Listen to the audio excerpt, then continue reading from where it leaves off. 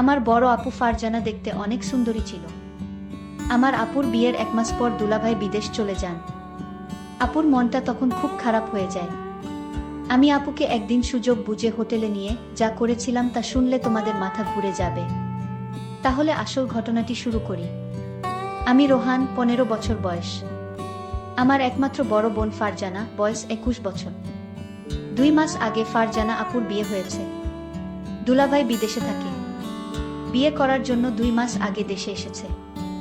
ফারজানা আপুকে দেখেই তার পছন্দ হয়েছে, তাই দেরি না করেই তড়িঘড়ি করে বিয়ে করেছে। আমাদের অর্থনৈতিক অবস্থা খুব বেশি ভালো না। বাবা একটা ছোট বেসরকারি প্রতিষ্ঠানে কাজ করেন। ঢাকা শহরে থাকা খাওয়ার খরচ সামলানো কঠিন। তাই দুলাভাই এর মতো একটা ভালো ছেলেকে পেয়ে বাবা আর মা কোনো দেরি করতে চায়নি। ফারজানা আপু বিয়েতে খুব খুশি ছিল। কিন্তু দেখতে দেখতে 3 মাস পার হয়ে গেল। আর দুলাভাই এর বিদেশ যাওয়ার সময় হয়ে গেল। বিয়ের 2 মাসের মধ্যেই স্বামী বিদেশে চলে যাবে, তাই ফারজানা আপু ভীষণভাবে ভেঙে পড়ল। তাই দুলাভাই সিদ্ধান্ত নিল যে 1 বছর পরেই দুলাভাই দেশে ফিরে আসবে। আর এই 1 বছর ফারজানা আপু তার বাপের বাড়িতেই থাকবে।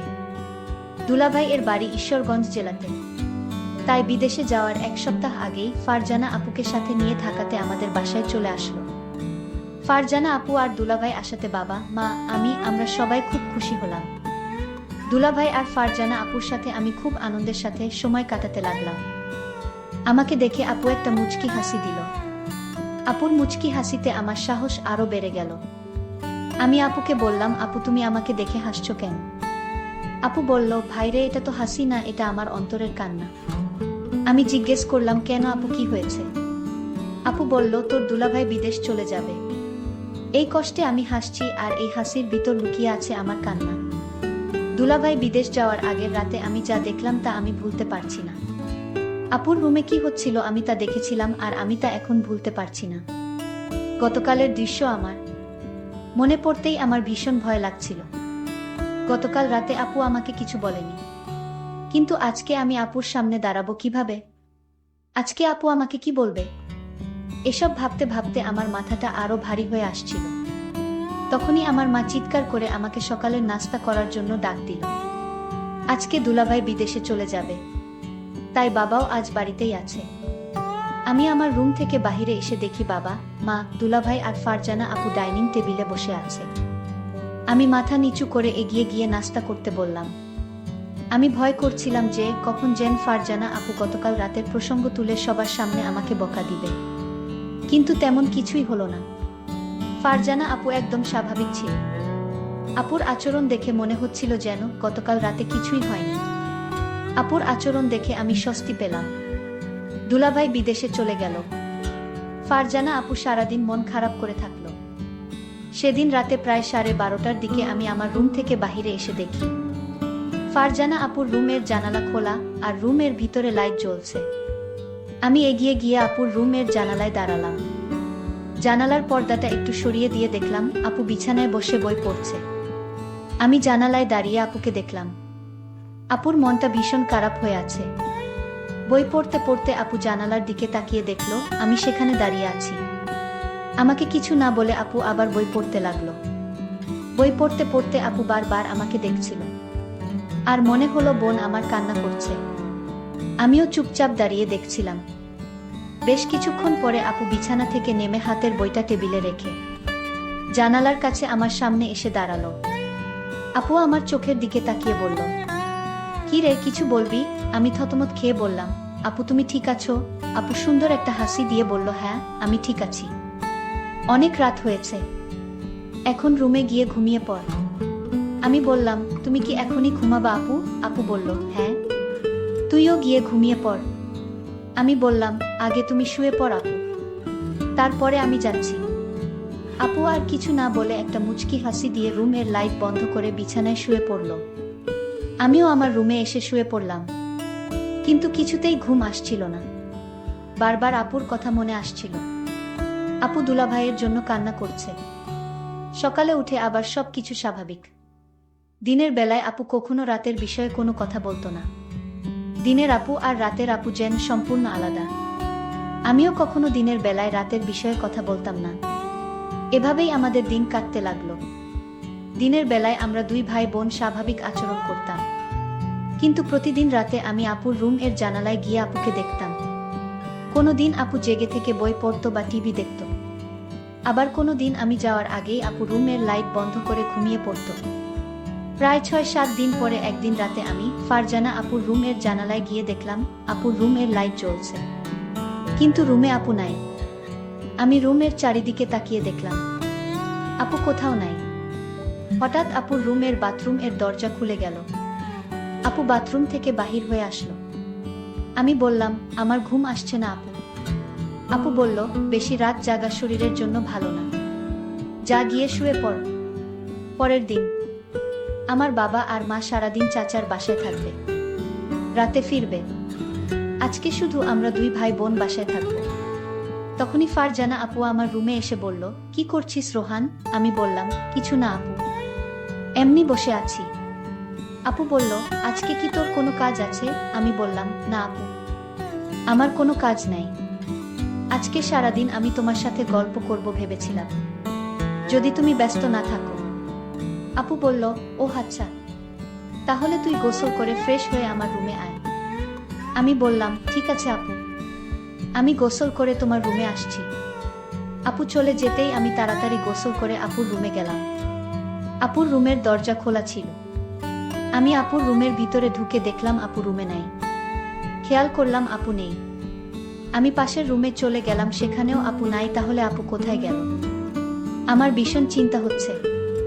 হঠাৎ লক্ষ্য করলাম আমার রুম আপুর গলার আওয়াজ আসছে, মনে হচ্ছে চিৎকার করছে। আমি অবাক হয়ে গেলাম, কিসের চিৎকার আসছে আমার রুম থেকে। আমি আমার রুমে যেতেই দেখলাম রুম ভিতর থেকে লক করা। আমি জানালার পাশে গেলাম, গিয়ে দেখলাম সেখানেও জানালা লক করা। আমার মন চাচ্ছে জানালা ভেঙে ঘরে ঢুকে পড়ি। কি হচ্ছে রুমে? আমার বোন এমন চিৎকার করছে কেন? আমি কোনো উপায় না পেয়ে দরজাটা ভাঙার চেষ্টা করলাম, কিন্তু দরজা কিছুতেই ভাঙতে পারছি না। অনেক চেষ্টার পর দরজাটা ভেঙে ফেললাম। দরজা ভেঙে রুমে ঢোকার সাথে সাথে যা দেখলাম তা দেখে আমার মাথা ঘুরে গেল। একটি ছেলে রুম থেকে জানালা দিয়ে পালিয়ে গেল।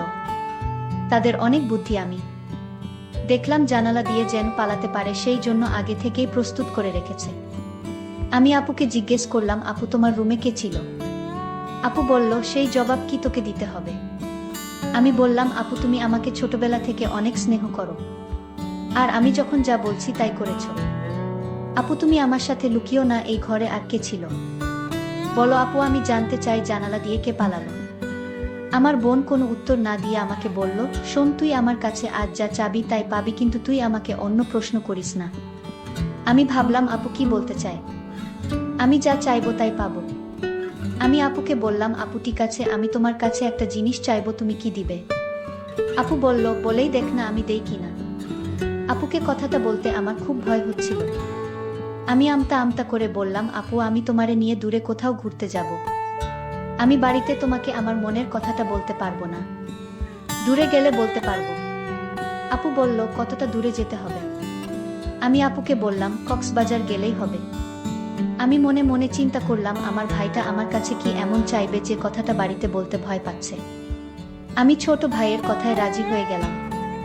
আমি তোর সাথে ঘুরতে যাব। আমিও জানতে চাই আমার ছোট ভাইয়ের মতটা কি। হঠাৎ ছোট ভাই আমাকে ডাক দিয়ে বলল, আপু আমি যে কথাটা তোমায় বলবো আর আমি তোমার কাছে যা চাইবো তা কাউকে বলতে পারবে না, বিষয়টা গোপন রাখতে হবে, প্রমিস কাউকে বলবো না। তাহলে এখনই বলে ফেল, কি বলবি? আমার কাছে কি চাস? আপু আমি আগেই বলেছি আমি বাড়িতে বলতে পারবো না, তোমাকে কক্সবাজার নিয়ে তারপর বলবো। ঠিক আছে আমার লক্ষ্মী ভাই, তাহলে চল আজই আমরা কক্সবাজার চলে যাই। আপুর কথা শুনে আমার খুব আনন্দ লাগছে, আবার অনেক ভয় লাগছে। তাহলে চলো কালই আমরা কক্সবাজার চলে যাই। পরের দিন সকালে আমি আর আমার আপুকে নিয়ে কক্সবাজার রওনা দিলাম। আমরা সকল 8টায় বাড়ি থেকে কক্সবাজারের উদ্দেশ্য নিয়ে রওনা দিলাম। আমরা প্রায় রাত 8টায় কক্সবাজার গিয়ে পৌঁছলাম। সারাদিন গাড়ির জার্নিতে শরীরটা আমার অনেক ক্লান্ত হয়ে গেছে। আমার চোখের পাতা কিছুতেই খোলা রাখতে পারিনি। আমি ঘুমিয়ে পড়লাম, মানে আমার আপু ঘুমিয়ে গেল। আমি আপুকে বললাম, আপু কিছু খাবে না? আমি বাহির থেকে খাবার নিয়ে আসি। আপু বলল, না আমি কিছুই খাবো না, তোর ইচ্ছা থাকলে তুই হোটেল থেকে খেয়ে নে। আমি বললাম, আপু তোমাকে রেখে আমি কি খাইতে পারবো? আপু বলল, ডিস্টার্ব করিস না, আমি ঘুমাবো, তুই যা পারিস তা কর। বেন বেন করিস না, কাল কথা হবে, এখন ঘুমা। আপুকে ঘুমের মধ্যে অনেক সুন্দর লাগছিল। আমিও ক্লান্ত শরীর নিয়ে ঘুমিয়ে পড়লাম। পরের দিন সকালে ঘুম থেকে উঠে আমরা সমুদ্র সৈকতে ঘুরতে গেলাম। সারাদিন ঘুরলাম। এবার আপু আমায় প্রশ্ন করলো, আচ্ছা রোহান, তুই কি ভুলে গেছিস? তুই আমাকে কেন কক্সবাজার নিয়ে আসনি? আরে আপু, ভুলি নাই, আজ রাতে বলবো। আপু, যদি তুমি আমার কথা না রাখো তাহলে আমি কিন্তু ওই দিনের রাতের ঘটনাটা ফাঁস করে দিব। আপু তখন আমার দিকে রাগান্বিত চোখে তাকিয়ে বলল, রোহান, আমি কি না করেছি তোর কথা রাখবো না? তারপর সন্ধ্যা হয়ে আসছে, আমি আপুকে বললাম, আপু চলো হোটেলে যাই। রাতের খাবার হোটেলে খেয়ে তারপর আজ আমরা হোটেলেই থাকবো।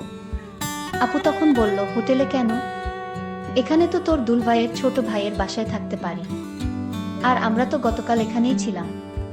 আমরা কেন শুধু শুধু অযথা ভাড়া দিয়ে হোটেলে থাকবো? আমি বললাম, হোটেল না থাকলে যে আমার মনের কথাটা বলতে পারবো না আপু। আপু তখন বলল, ঠিক আছে, তুই যা বলবি তাই হবে। তারপর আমরা একটা হোটেলে গিয়ে উঠলাম।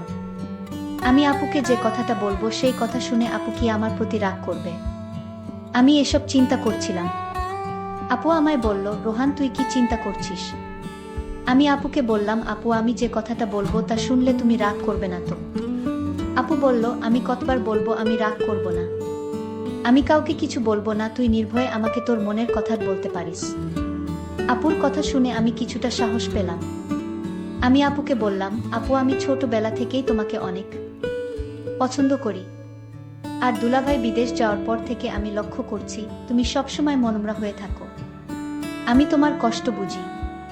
তুমি চাইলে তোমার কষ্ট আমি দূর করে দিব। আপু বলল, তুই আমার কষ্ট বুঝিস?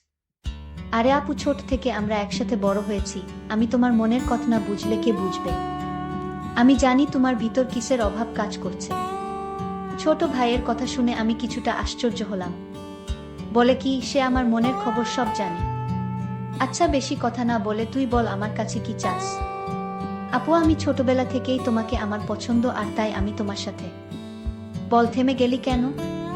আমার সাথে কি? আপু আসলে আমার বলতে খুব ভয় লাগছে।